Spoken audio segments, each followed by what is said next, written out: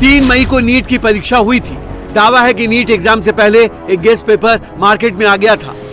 150 page के इस guest paper में 410 सवाल थे और इस गेस्ट पेपर के 120 सवाल नीट एग्जाम में पूछे गए। यानी 720 नंबर के पेपर में से 600 नंबर के सवाल उस गेस्ट पेपर से आए जो मार्केट में था। गेस्ट पेपर है। गेस्ट पेपर में करीब 410 क्वेश्चंस हैं। उन 410 क्वेश्चंस में से तकरीबन 120 क्वेश्चन केमिस्ट्री में आए हुए बताए जाते हैं। वो गेस्ट पेपर इन लोगों के बीच में, इन बच्चों के बीच में आज से नहीं, वो काफी एग्जाम के करीब 15 दिन पहले, महीना भर पहले तक उनके पास में ये आ रखा था। जैसे किसी ई मित्रा पे किसी ने फोटोकॉपी कराई तो ई मित्रा वाला ने आगे उसको फोटोकॉपी को आगे देना शुरू किया। तो हमारी जांच इस गैस पेपर के बेसिस के ऊपर जो चीटिंग हो रही है या किसी प्रकार का क्या कोई क्राइम हो रहा है उसके ऊपर केंद्रित है। कि पेपर था, उस गैस पेपर में वो करीब 150 पेजेस का वो एक पीडीएफ है। उस 150 पेज में करीब 400 से अधिक क्वेश्चंस है।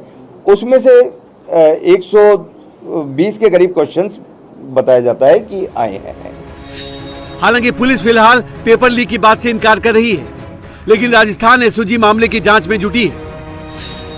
एसओजी ने देहरादून, सीकर और झुंझुनू से 14 संदिग्धों को पकड़ा है, जिनसे पूछताछ की जा रही है। सूत्रों के मुताबिक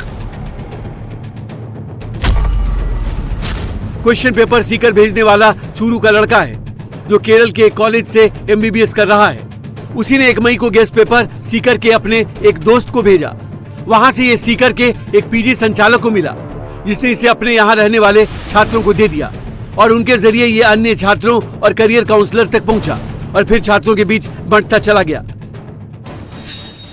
and we are investigating on the basis of this guest paper, जिसमें करीब जो ये ओपन डोमेन में अवेलेबल है ये गेस्ट पेपर। मतलब कि देखिए, पेपर लीक का मेन प्रिंसिपल क्या है कि वो सिक्योरिटी रहना। जितनी हम लोगों ने अभी तक इन्वेस्टिगेशन करी है कि भाई यदि पेपर मैंने ओपन डोमेन में डाल दिया तो मेरे को उसमें से कुछ भी नहीं मिलेगा। पेपर लीक माफिया जो इतना मेहनत कर रही थी पहले, वो पहले क्वेश्चन पेपर प्राप्त करती और फिर एग्ज़ाम वाली रात या उस दिन सुबह सुबह पेपर उस आदमी को देती नहीं, सिर्फ अपनी स्क्रीन पे टैब के ऊपर वो पढ़ाती और टैब के ऊपर पढ़ा के उनको डायरेक्टली एग्जाम सेंटर भेजती। यदि उन बच्चों को दे दिया तो बच्चे से दूसरे बच्चे, दूसरे से तीसरे बच्चे, ऐसे हजारों हाथों में चला जाएगा। फिर उस पेपर लीक की कोई वो लीक नहीं बचेगा। वो तो फिर एक तरह से मतलब कि पेपर ही खत्म हो गया, फिर उसका कोई ट्रैक्शन नहीं रहेगा, ना कोई पैसा उनको मिलेगा। पेपर लीक की खबर से लाखों छात्र टेंशन में हैं। उनका सवाल है कि आखिर कब तक पेपर लीक होते रहेंगे और उनकी साल भर की मेहनत पर पानी फिरता रहेगा। तो कुछ प्रॉब्लम हो जा रही है। 2024 में हमने पेपर दिया था, मेरे अच्छे मार्क्स आए थे, 627 नंबर आए थे मेरे, फिर भी नहीं कॉलेज मिला था। उसके बाद मैंने 2025 में दिया, इसलिए मैंने कॉलेज ले लिया। इस बार मेरे 640 बन गया मार्क्स, लेकिन उसके बाद भी कोई गारंटी नहीं है कि मुझे कॉलेज मिलेगा, क्योंकि हर बार पेपर लीक हो जा रहा है। लीक होने के चक्कर में, माफिया लोगों के चक्कर में हर बार कट ऑफ इतना हाई हो जाता है कि जो बच्चे पढ़ते हैं उनको कोई रिजल्ट मिलता नहीं है। जो उनकी मेहनत होती है उतना रिजल्ट भी नहीं मिलता उनको। सारे स्टूडेंट पैनिक मोड में है। इसको पता चल रहा है कि सारे मतलब कि इससे तो बहुत बड़ा इन्फ्लेशन पड़ेगा रैंक में, कि एक सीट के लिए मारामारी होती है। एक नंबर से बहुत ज़्यादा फर्क हो जाता है, और जब जिसको एक 600 नंबर का पेपर मिल रहा है तो इससे तो बहुत रैंक इन्फ्लेशन आएगा। तरह की मेहनत बर्बाद होगी। कोई मेहनत का मतलब ही नहीं है। जो मेहनत करेगा उसको उसका फल नहीं मिलेगा, जो रुपये देगा उसको मिलेगा। तो ऐसा कोई मतलब ही नहीं है। एक एग्जाम था तो उसको एग्जाम को एग्जाम बेस रहने नहीं दिया, इसको आपने एक माफिया का सिस्टम बना दिया पूरा।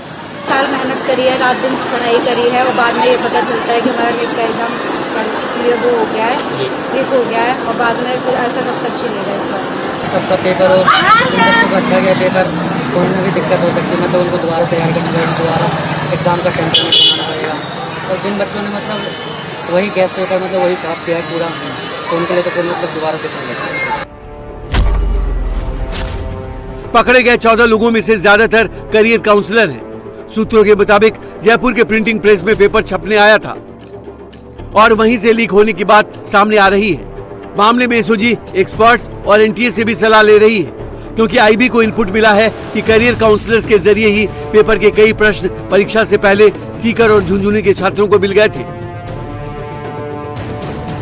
सवाल लाखों छात्रों के भविष्य से जुड़ा है। ऐसे में जांच एजेंसियां कोई लापरवाही बरतने के मूड में नहीं है और लगातार धरपकड़ जारी है।